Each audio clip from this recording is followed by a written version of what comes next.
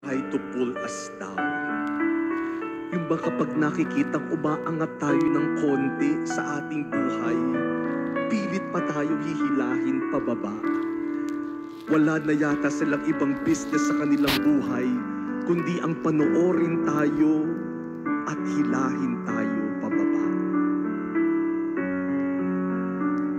But God will never pull us down. God always pulls us to what is above, to what is better, to what is good for each one of us.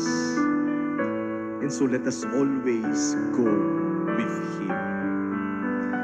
And if we are guilty of trying to pull other people down, then beware, because the wrath of God will be upon us. Let us help each other live the resurrection of Jesus. Let us pull each other up, because there is where God wants all of us to be.